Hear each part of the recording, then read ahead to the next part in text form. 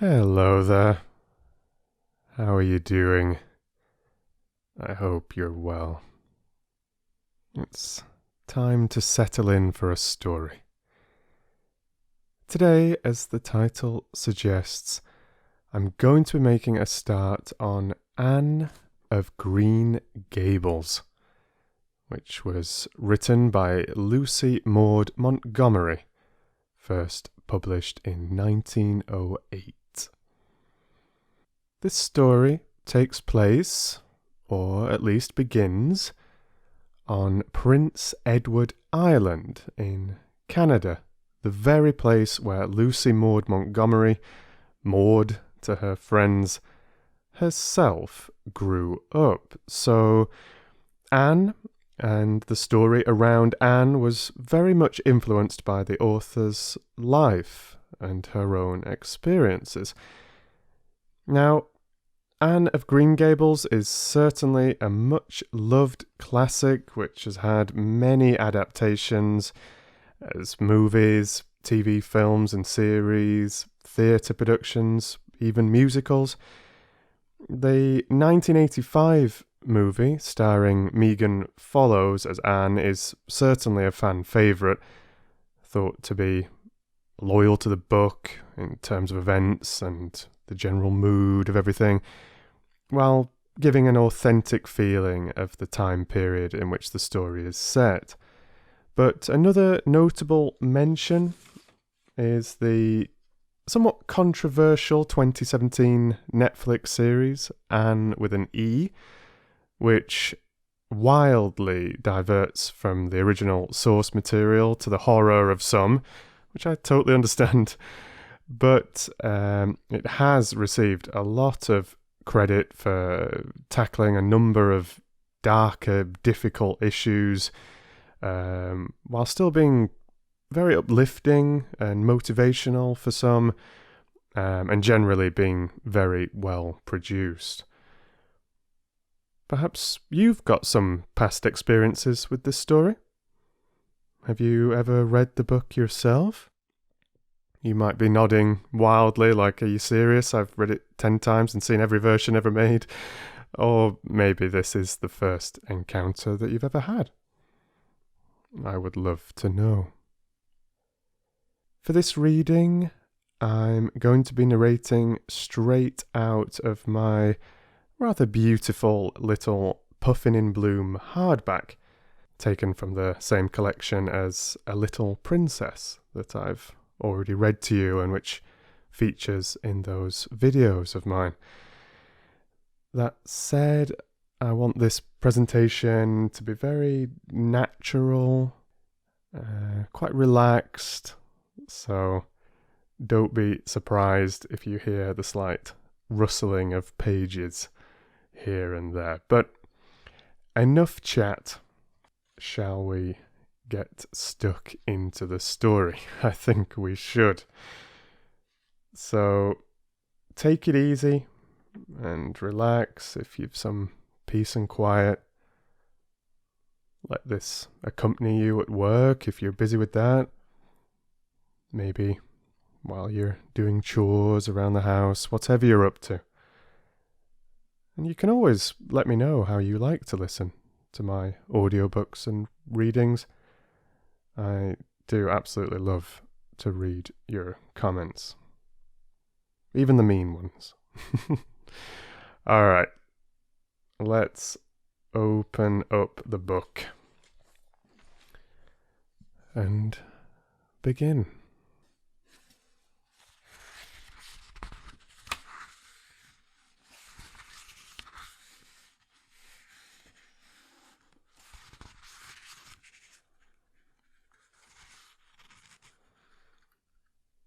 Anne of Green Gables by L.M. Montgomery.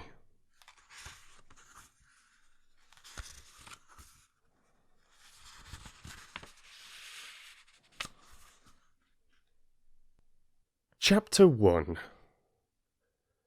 Mrs. Rachel Lynde is surprised.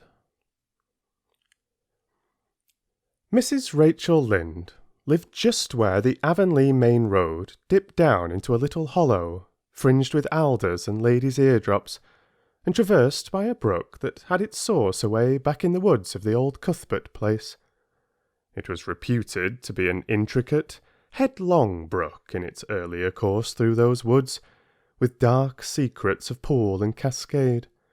But by the time it reached Lynn's Hollow, it was a quiet, well-conducted little stream, for not even a brook could run past Mrs. Rachel Lynn's door without due regard for decency and decorum.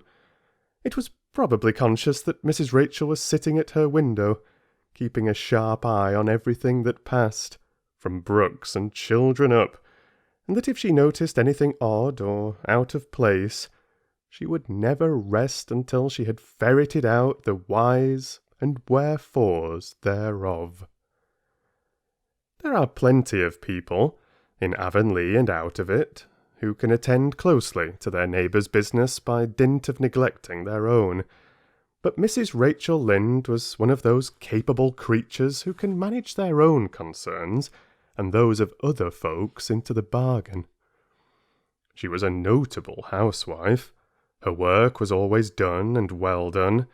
She ran the sewing circle, helped run the Sunday school, and was the strongest prop of the Church Aid Society and Foreign Missions Auxiliary.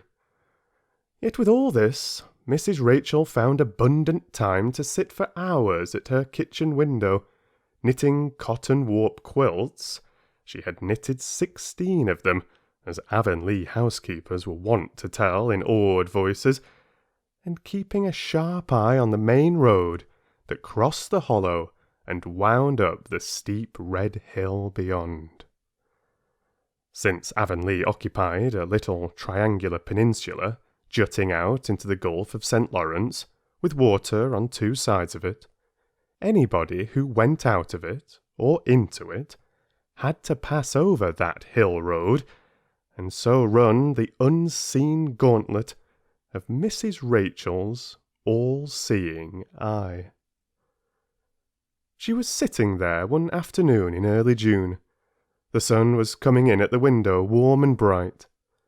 The orchard on the slope below the house was in a bridal flush of pinky white bloom, hummed over by a myriad of bees. Thomas Lynde, a meek little man whom Avonlea people called Rachel Lynde's husband, was sowing his late turnip seed on the hill field beyond the barn, and Matthew Cuthbert ought to have been sowing his on the big Red Brook field away over by Green Gables. Mrs. Rachel knew that he ought, because she had heard him tell Peter Morrison the evening before in William J. Blair's store over at Carmody that he meant to sow his turnip seed the next afternoon. Peter had asked him, of course, for Matthew Cuthbert had never been known to volunteer information about anything in his whole life. And yet here was Matthew Cuthbert, at 3:30 on the afternoon of a busy day, placidly driving over the hollow and up the hill. Moreover, he wore a white collar and his best suit of clothes, which was plain proof that he was going out of Avonlea, and he had the buggy and the sorrel mare, which betokened that he was going a considerable distance. Now where was Matthew Cuthbert going, and why was he going there? Had it been any other man in Avonlea, Mrs. Rachel, deftly putting this and that together, might have given a pretty good guess as to both questions. But Matthew so rarely went from home that it must be something pressing and unusual which was taking him. He was the shyest man alive, and hated to have to go among strangers, or to any place where he might have to talk. Matthew, dressed up with a white collar and driving in a buggy, was something that didn't happen often. Mrs. Rachel, ponder as she might, could make nothing of it, and her afternoon's enjoyment was spoiled. "I'll just step over to Green Gables after tea and find out from Marilla where he's gone and why," the worthy woman finally concluded. "He doesn't generally go to town this time of year, and he never visits. If he'd run out of turnip seed, he wouldn't dress up and take the buggy to go for more. He wasn't driving fast enough to be going for a doctor. Yet something must have happened since last night to start him off. I'm clean puzzled, that's what. And I won't know a minute's peace of mind or conscience until I know what has taken Matthew Cuthbert out of Avonlea today. Accordingly, after tea, Mrs. Rachel set out. She had not far to go. The big, rambling, orchard-embowered house where the Cuthberts lived was a scant quarter of a mile up the road from Lynde's Hollow. To be sure, the long lane made it a good deal farther.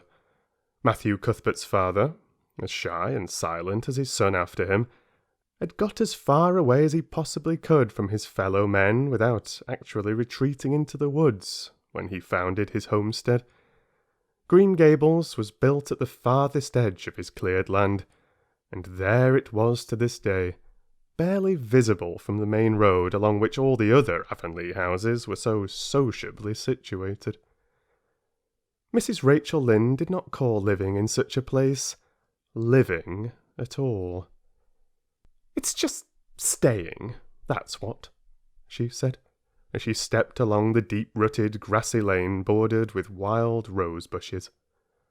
"It's no wonder Matthew and Marilla are both a little odd, living away back here by themselves. Trees aren't much company, though dear knows if they were there'd be enough of them. I'd rather look at people. To be sure, they seem contented enough, but then I suppose they're used to it. A body can get used to anything, even to being hanged, as the Irishman said." With this, Mrs. Rachel stepped out of the lane and into the backyard of Green Gables. Very green and neat and precise was that yard, set about on one side with great patriarchal willows, and on the other with prim Lombardies. Not a stray stick nor stone was to be seen, for Mrs. Rachel would have seen it if there had been. Privately, she was of the opinion that Marilla Cuthbert swept that yard as often as she swept her house. One could have eaten a meal off the ground without over-brimming the proverbial peck of dirt. Mrs. Rachel rapped smartly on the kitchen door and stepped in when bidden to do so. The kitchen at Green Gables was a cheerful apartment, or would have been cheerful if it had not been so painfully clean as to give it something of the appearance of an unused parlour. Its windows looked east and west. Through the west one, looking out on the backyard, came a flood of mellow June sunlight. But the east one, whence you got a glimpse of the bloom-white cherry trees in the left orchard, and nodding slender birches down in the hollow by the brook, was greened over by a tangle of vines. Here sat Marilla Cuthbert, when she sat at all, always slightly distrustful of sunshine, which seemed to her too dancing and irresponsible a thing for a world which was meant to be taken seriously. And here she sat now, knitting, and the table behind her was laid for supper. Mrs. Rachel, before she had fairly closed the door, had taken mental note of everything that was on that table. There were 3 plates laid, so that Marilla must be expecting someone home with Matthew to tea, but the dishes were everyday dishes, and there was only crab-apple preserves and one kind of cake, so that the expected company could not be any particular company. Yet what of Matthew's white collar and the sorrel mare? Mrs. Rachel was getting fairly dizzy with this unusual mystery about quiet, unmysterious Green Gables. "Good evening, Rachel," Marilla said briskly. "This is a real fine evening, isn't it? Won't you sit down? How are all your folks?" Something that, for lack of any other name, might be called friendship, existed, and always had existed, between Marilla Cuthbert and Mrs. Rachel, in spite of, or perhaps because of, their dissimilarity. Marilla was a tall, thin woman, with angles and without curves. Her dark hair showed some grey streaks. and was always twisted up in a hard little knot behind, with 2 wire hairpins stuck aggressively through it. She looked like a woman of narrow experience and rigid conscience, which she was, but there was a saving something about her mouth which, if it had been ever so slightly developed, might have been considered indicative of a sense of humour. "We're all pretty well," said Mrs. Rachel. "I was kind of afraid you weren't, though, when I saw Matthew starting off today. I thought maybe he was going to the doctor's." Marilla's lips twitched understandingly. She had expected Mrs. Rachel up. She had known that the sight of Matthew jaunting off so unaccountably would be too much for her neighbour's curiosity. "Oh no, I'm quite well, although I had a bad headache yesterday," she said. "Matthew went to Bright River. We're getting a little boy from an orphan asylum in Nova Scotia, and he's coming on the train tonight." If Marilla had said that Matthew had gone to Bright River to meet a kangaroo from Australia, Mrs. Rachel could not have been more astonished. She was actually stricken dumb for 5 seconds. It was unsupposable that Marilla was making fun of her, but Mrs. Rachel was almost forced to suppose it. "Are you in earnest, Marilla?" she demanded when voice returned to her.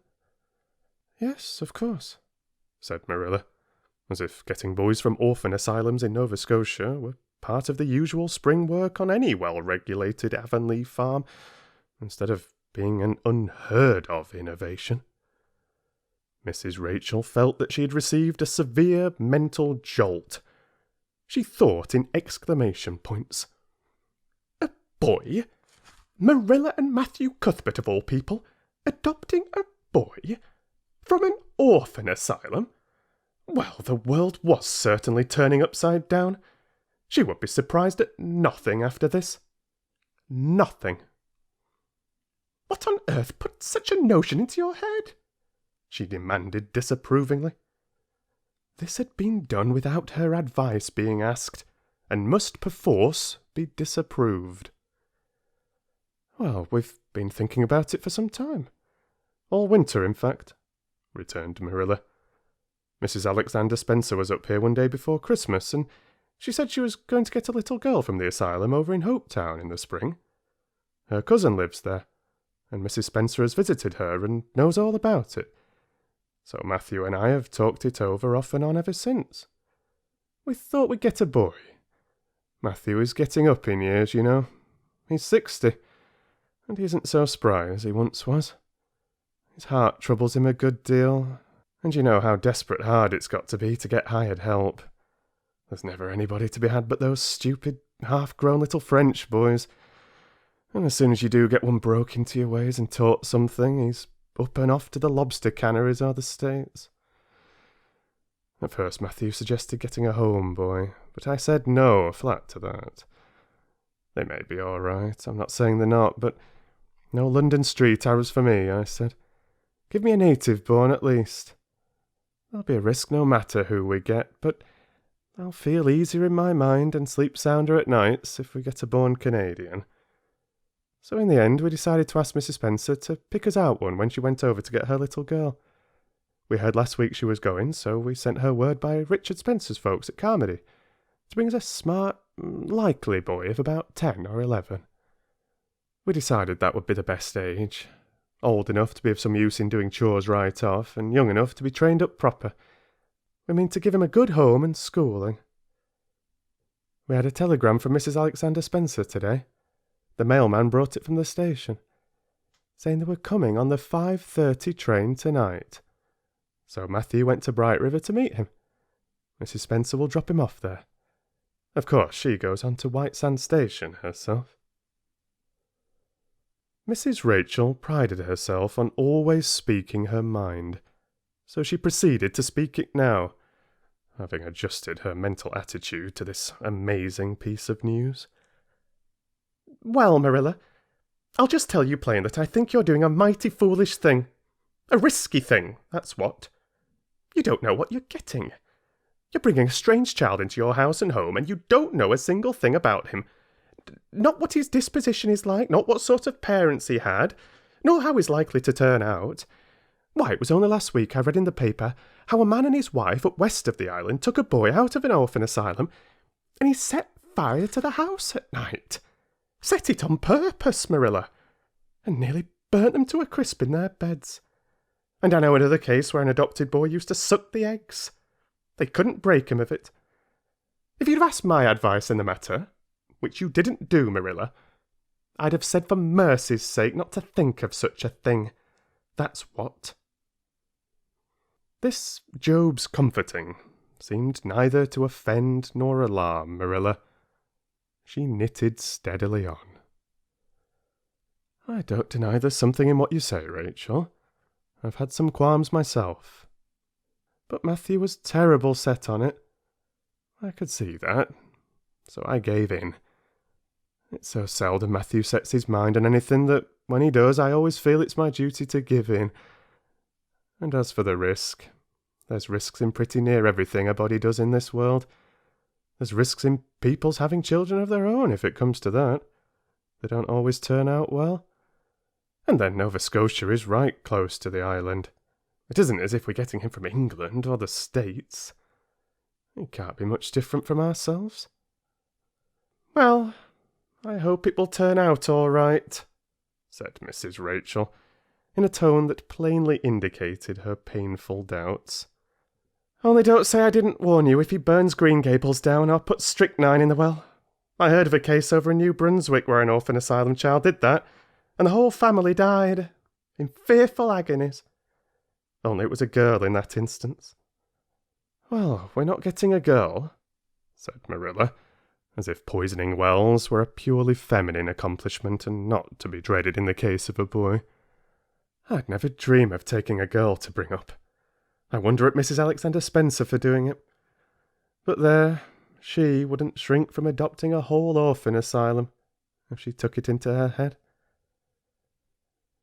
Mrs. Rachel would have liked to stay until Matthew came home with his imported orphan, but, reflecting that it would be a good 2 hours at least before his arrival, she concluded to go up the road to Robert Bell's and tell them the news. It would certainly make a sensation second to none, and Mrs. Rachel dearly loved to make a sensation.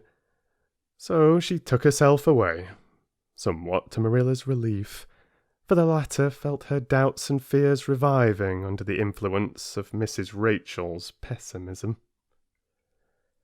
Well, of all the things that ever were or will be, ejaculated Mrs. Rachel, when she was safely out in the lane. It does really seem as if I must be dreaming. Well, I'm sorry for that poor young one and no mistake. Matthew and Marilla don't know anything about children, and they'll expect him to be wiser and steadier than his own grandfather. If so be he's ever had a grandfather, which is doubtful. It seems uncanny to think of a child at Green Gables somehow. There's never been one there, for Matthew and Marilla were grown up when the new house was built. If they ever were children, which is hard to believe when one looks at them. I wouldn't be in that orphan's shoes for anything. My, but I pity him. That's what. So said Mrs. Rachel to the wild rose bushes out of the fullness of her heart. But if she could have seen the child who was waiting patiently at the Bright River station at that very moment, her pity would have been still deeper and more profound.